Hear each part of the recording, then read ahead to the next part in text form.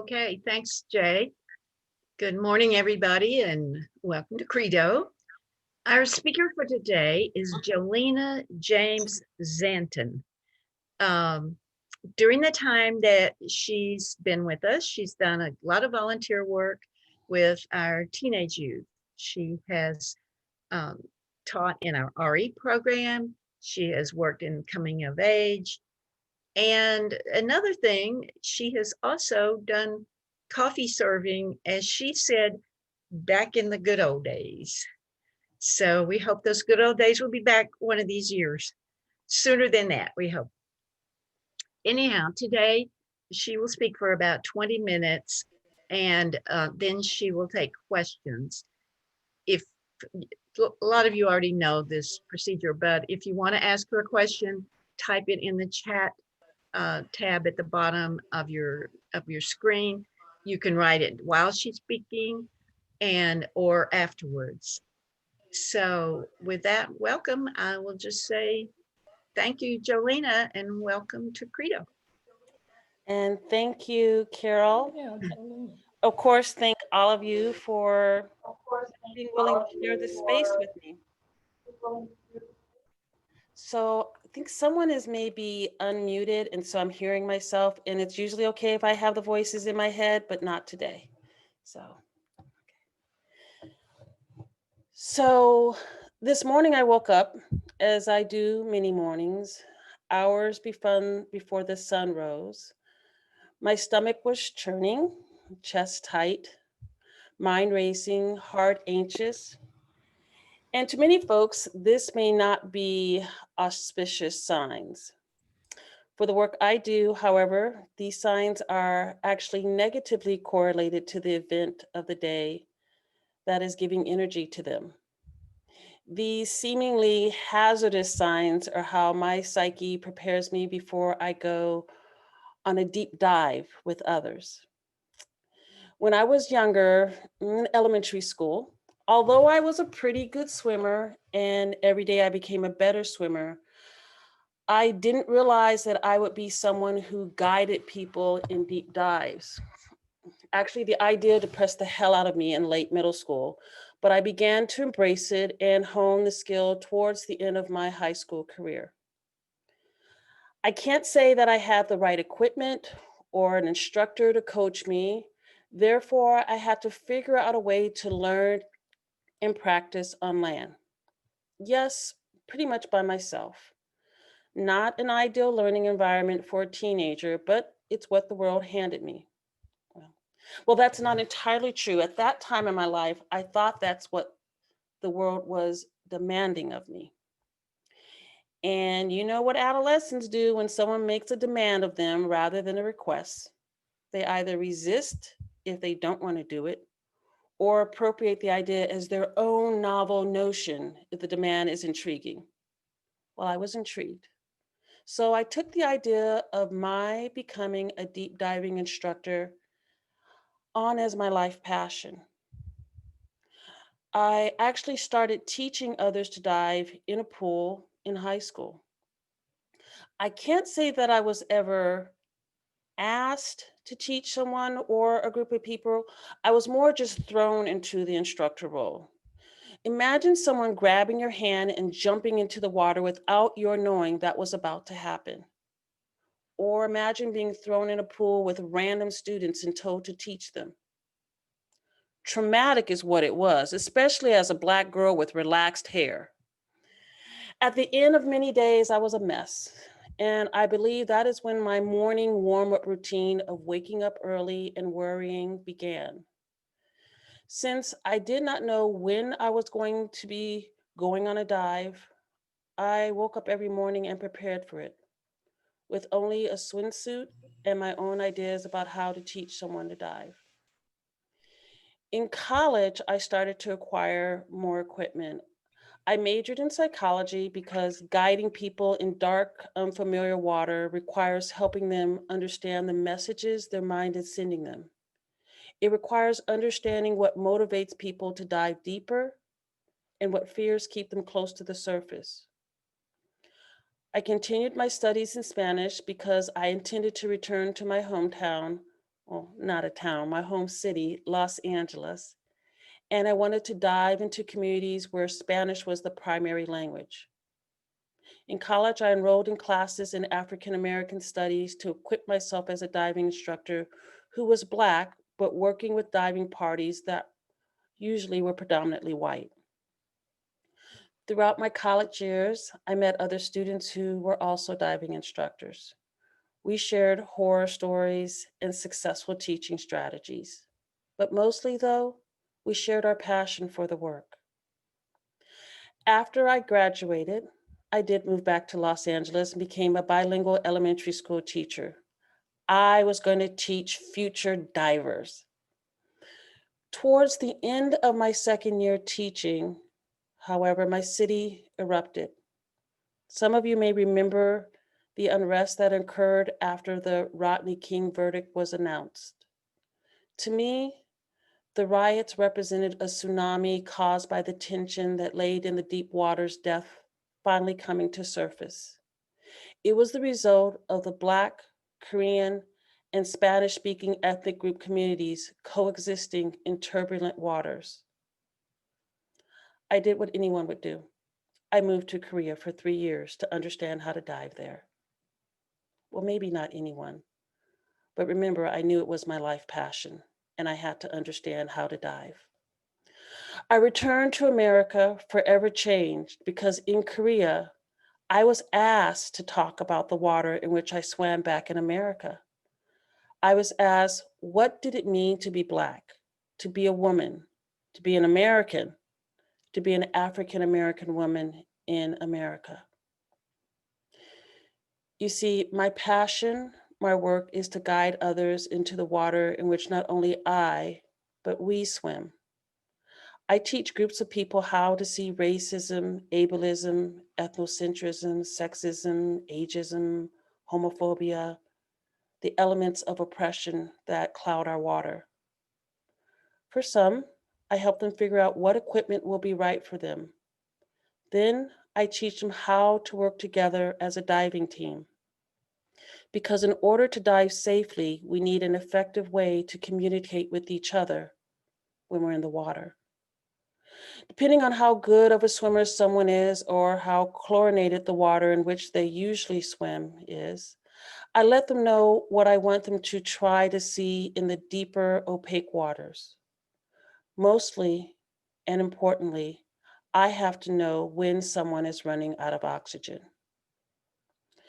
I wouldn't say I'm ever going to be an expert diver or I'm ever going to feel completely at ease with doing this work. And I don't think I ever want to feel that complete peace of mind. So I guess this morning when I woke up, as I do many mornings, hours before the sun rose, my stomach churning, chest tight, mind racing, heart anxious, that it was an auspicious sign that my taking you on this dive with me this morning was a good thing to do. This is what I originally wrote for this morning, a share about to what I give my heart and how I arrived there. When I learned that folks would be willing to listen to my story for a bit longer, willing, rather than starting to revise what I wrote, I thought I would share more about me because everyone's story gives insight into where they lay their heart. I'm the youngest of seven. That phrase is central to my identity. So much so that when my older sister died when I was in my 20s, I was quite lost. It would be years before I used that phrase again. I am the youngest of seven. You see, as I shared above, I was a pretty good swimmer in elementary school, and that was because I wasn't just the youngest of seven, I was the youngest of seven in a unique family structure. I learned to swim at a very young age, but the demands of swimming weren't as great then. I come from a family of swimmers, and they worked hard to make sure that I didn't get caught in an undercurrent. Not only my parents, aunts, and uncles, but my sisters and brothers were other mothers and other fathers to me. My five oldest siblings, my elders, and my ancestors, Rosalind, Gerald, Isaiah the Third, Robert, and Freddie, are 13 to 18 years older than I. My parents, Mary Edith Taylor James and Isaiah James Jr., and the oldest five are from Plaquemine Parish in New Orleans, Louisiana. My sister Karen and I were both born in Los Angeles, California. Have any of you read The Warmth of Other Suns, The Epic Story of America's Great Migration by Isabel Wilkerson? It's about the Blacks leaving the South and going to the North and to the West in America. That's my family. They left their homes most definitely because of racism. After my father's mother died, before I was even born, it would not be until my late teens that my mother would even be willing to return to the South. That's how much pain the memories of the South caused my mother. Oddly enough, growing up, my family did not talk about the trauma they experienced there. Not my parents, siblings, uncles, or aunts. So I learned about racism through their explaining, warnings, bubble bursting, and love. For example, I'll never forget a conversation I had with my brother who really raised me to tolerate a lot of the isms. And so this was the conversation. We were listening to Night Fever by the Bee Gees. And I said, I love this song. Everyone loves this song too, I bet. Robert said, no, a lot of Black people don't like the Bee Gees. Utterly confused, I was like, why? And he shared that, well, the sound they have is like the music Black people make, but they're getting the credit. They have that high-pitched sound like the lead singer of Earth, Wind, and Fire, one of my favorite groups because it was one of Robert's favorite groups. And that only made me more confused. And thus began my lesson about appropriation, but of course he didn't call it that because I was only in the 4th or 5th grade. I just remember being heartbroken. Not only because I loved the Bee Gees, but also because I was sad for all the sides. And as I wrote this, I can still remember that feeling. It sits in my body.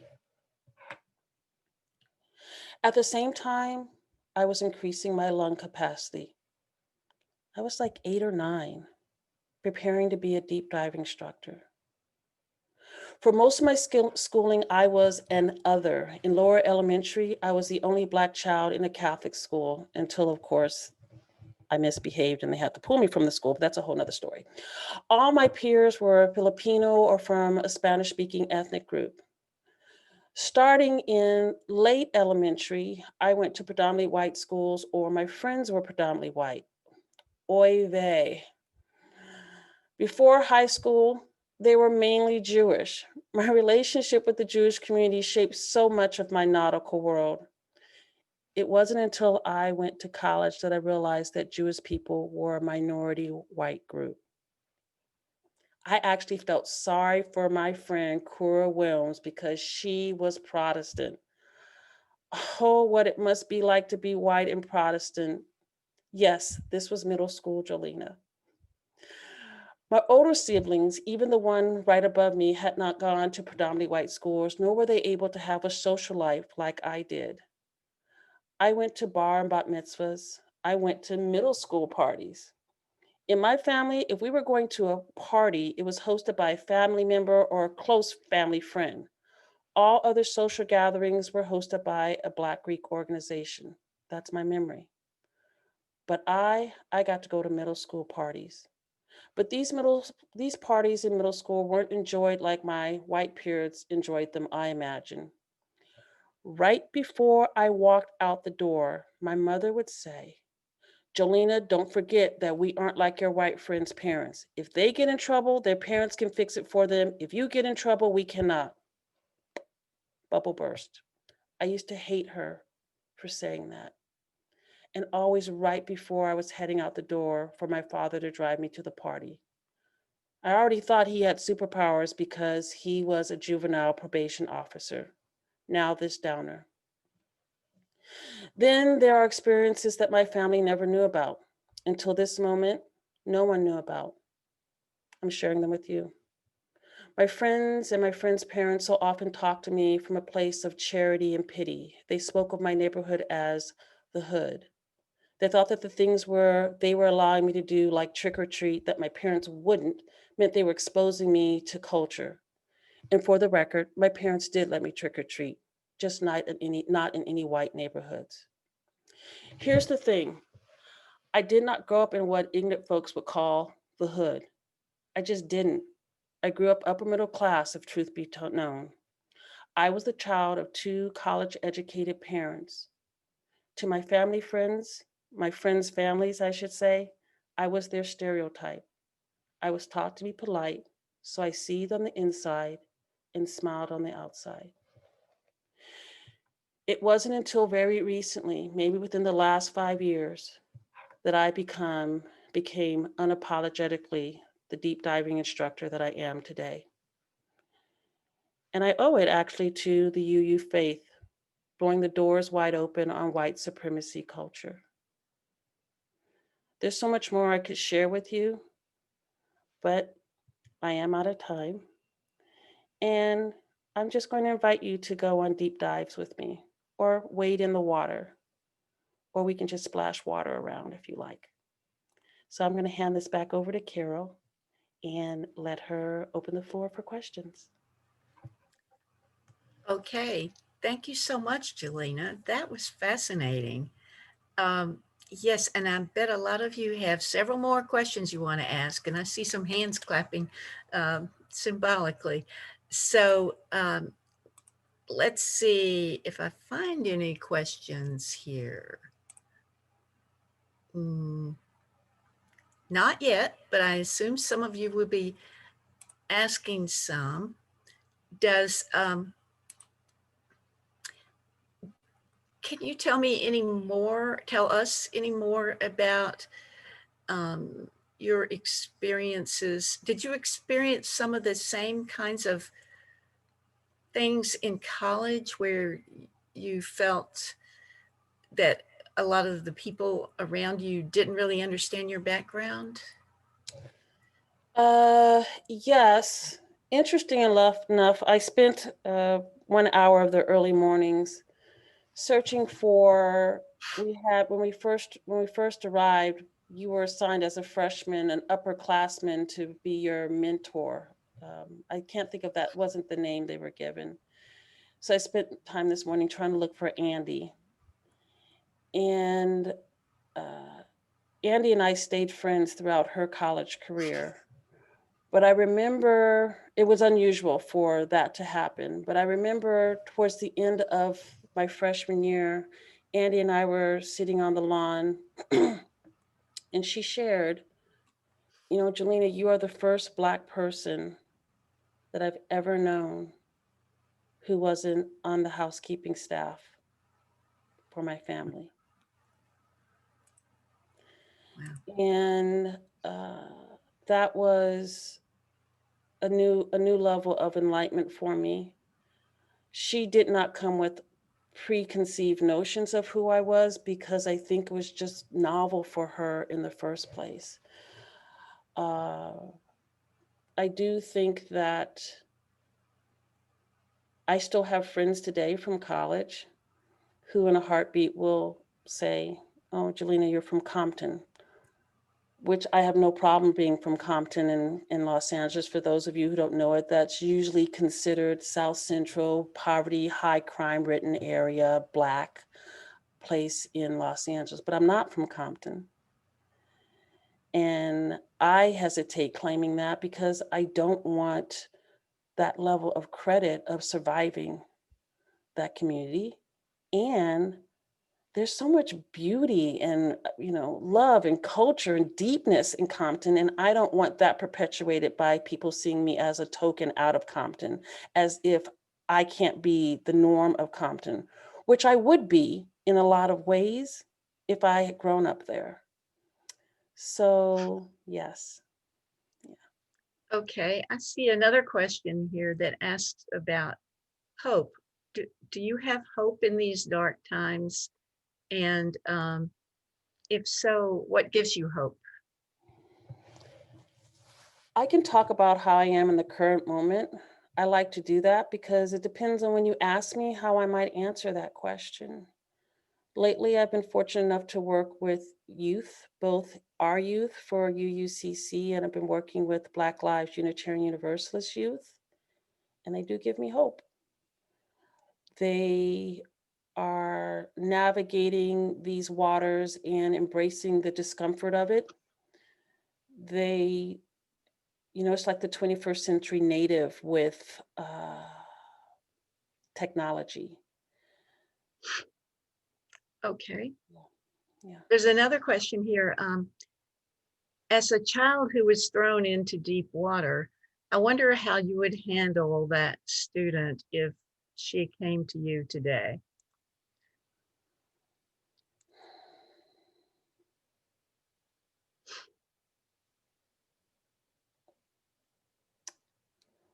That's a really good question. I have a lot of nieces and nephews, and so I'm really trying to go through my head what that's about. One of my nieces actually ended up going to the same private, it was a boarding school that I went to for high school. One of my nieces went there. And so I can share when she called really distraught that I encouraged her to turn to the other children of color, uh, something that she had more of a skill set to do at that time than I did. I think I also would encourage them to speak their truth about power, even if they can't speak it to power.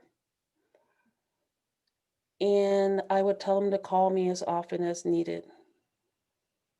I think that was that would have been the big piece of having some place to turn, just to have someone listen who wasn't going to have to be worried. It wasn't that my family wouldn't listen, but my parents were already really afraid of having me so far away. And I just couldn't unload on them in that way. There were some ways I did unload on them, and my family acted in force. Um, yeah, so there are some things that they weren't playing around, but there were a lot that they just didn't know about. Okay, thank you. How did you connect with Unitarian Universalism? So I can share how I came upon it. And as I said, I'm from the West Coast, very West Coast minded. And we moved here because my siblings, one of the older siblings, convinced my parents to move here, and I was an adult with two children at that point. And I needed to ensure that my children had a community that was teaching tolerance because my daughter was already coming home with messages from public school. And so I live very close to PUC and was driving to a sister's house and would pass this flag, the rainbow flag. And I just turned in. I turned into the driveway. It was the end of their service. I looked at their boards, the messages, and although my husband is not a UU, he definitely was on board with us raising our child in that community. So it was very tricky because I wanted them to be in a faith that surrounded them with the messaging, and that meant that they were not going to be a part of a Black church, and something that I felt that they were going to need here in the South. And there have been repercussions about there not being a part of a Black church. So All right. okay. You must be emotionally, no, you must be confronted with emotionally challenging attitudes and spaces as a deep diving instructor. How do you stay open enough to guide in those spaces, but tethered and supported enough to keep your own sense of peace? That's a beautiful question. Well, to be honest, I sometimes walk out the door and I'm not a diving instructor. So that's another answer where it depends on whether I am in the role of a diving instructor. And then I really take on that stance and I situate myself in a space of openness where I may allow more interactions that under different circumstances I would feel are harmful. I also, so to feed that part of myself, I participate in people of color only or Black only spaces. I do things like people of color nonviolent communication spaces, and that's where we heal and we hold each other. Then there are times that I'm out there and I don't have my diving suit on, and I allow myself not to have it on because I'm not there. You know, it may take me a while where I decide maybe I need to take on that facilitator stance, but I do give myself space to just be unapologetically me. Okay. That's usually when I get in trouble. Um, okay. I love how you've adopted the deep diving instructor as your muse. Can you share more about how others you encounter handle their seething on the inside while smiling on the outside? So I can share how others share it, hold it. About how others you encounter handle their own seething.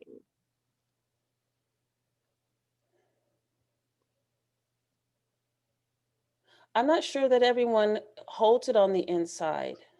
That would probably be my first piece. There are, that's a tricky one. I can talk about my own experience. I might be misunderstanding the question when they're asking, how do I see others holding it? Do you want to talk a little bit about your own experience then? Yeah, I'm really interested in that question though. So if ever typed it, if you could just elaborate a little bit on it, hopefully we'll have time to come back to it. I think that I was raised to internalize it. And I think it historically is it's a protective way of having to navigate the world. That I think the cost to my seething on the inside is, like, for example, my weight. I'm very, very clear with people that I eat out of emotions. And I think in my time here in Charlotte, my largest weight gain was when I was in the deepest water around white supremacy. It was a significant weight gain and really caused a lot of health problems for me that I'm still handling today. Mm. So I don't recommend doing it. However, the cost of being vocal about it and transparent about it is not necessarily any easier. Yeah. Yeah. So, yeah. We have more questions and I wish we could go on, but I'm afraid we have to stop soon and let people get ready to go to the service at 11:15. Assuming they are, I hope they will. Thank you so much, Jolena. You're You were welcome. so articulate and this was fascinating. And I'm just wish we had had a lot more time to hear from you. It was really interesting, and we're all, several people commented on how grateful they were to hear you and hear your metaphor. So Thank you. thank you so much. Thank you all. Thank you for your kind words, and be well as one can be during these times. Okay. Appreciate Bye. you, Cheryl. Thank you. You're welcome. Thank you, Jolena. Thanks all. You're welcome. Thanks, Eve.